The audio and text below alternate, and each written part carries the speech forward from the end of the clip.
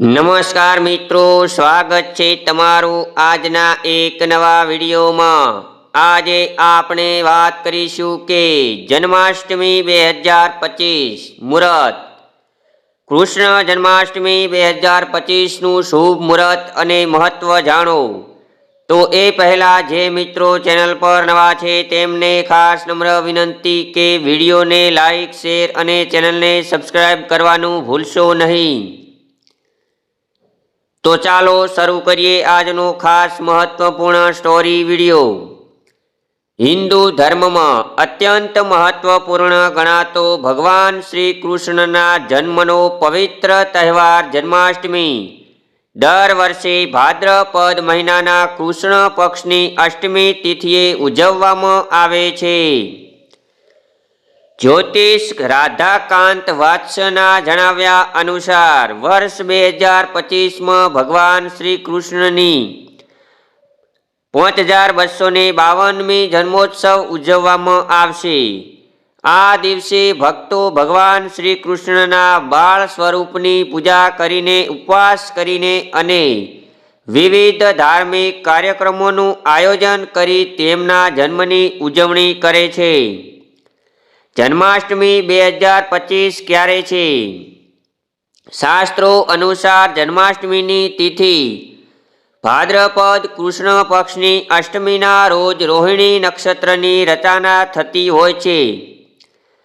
એવું માનવામાં આવે છે કે જો રોહિણી નક્ષત્ર અને અષ્ટમી એક સાથે ન આવતી હોય તો જન્માષ્ટમીનું વ્રત અષ્ટમીની ઉદય તિથિએ ધ્યાનમાં રાખીને રાખવું જોઈએ। વર્ષ 2025 માટે ભાદ્રપદ મહિનાના કૃષ્ણ પક્ષ અષ્ટમી તિથિનો પ્રારંભ 15 ઓગસ્ટ શુક્રવારના રોજ રાત્રે 11:49 વાગ્યે થશે। આ તિથિનો અંત 16 ઓગસ્ટ શનિવારના રોજ રાત્રે 9:34 વાગ્યે થશે। આ પરિસ્થિતિને જોતાં આ વર્ષે કૃષ્ણ જન્માષ્ટમી 16 ઓગસ્ટ શનિવારના રોજ ઉજવવામાં આવશે। ચંદ્રોદયનો સમય 16 ઓગસ્ટ રાત્રે 10:46 નોંધાયેલો છે।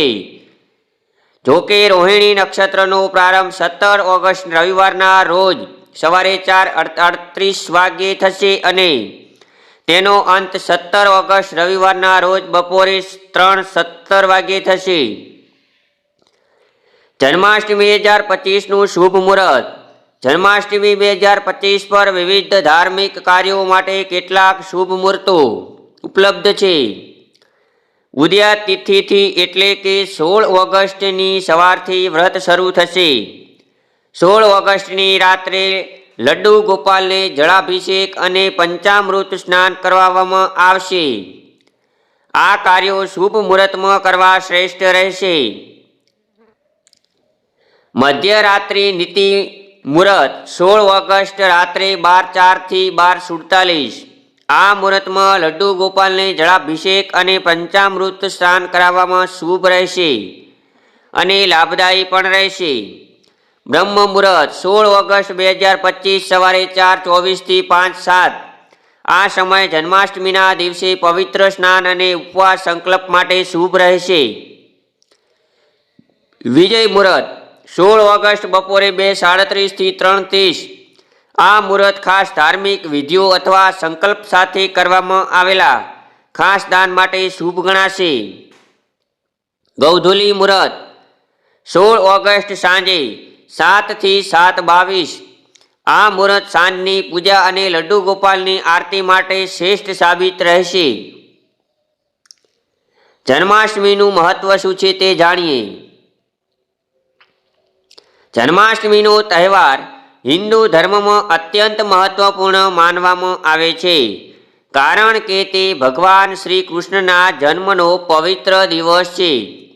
ભક્તો આ દિવસે ઉપવાસ, પૂજા અને ધાર્મિક કાર્યક્રમો દ્વારા ભગવાનના બાળ સ્વરૂપની ઉજવણી કરે છે, જે ભક્તિ અને શ્રદ્ધાનું પ્રતીક છે। તો મિત્રો, સર્વ દર્શક મિત્રોને જન્માષ્ટમી પર્વની ખૂબ ખૂબ શુભેચ્છાઓ। જય શ્રી કૃષ્ણ, જય માતાજી। આપનો દિવસ શુભ રહે। ફરી મળીશું એક નવા વિડીયો સાથે। ત્યાં સુધી નમસ્કાર।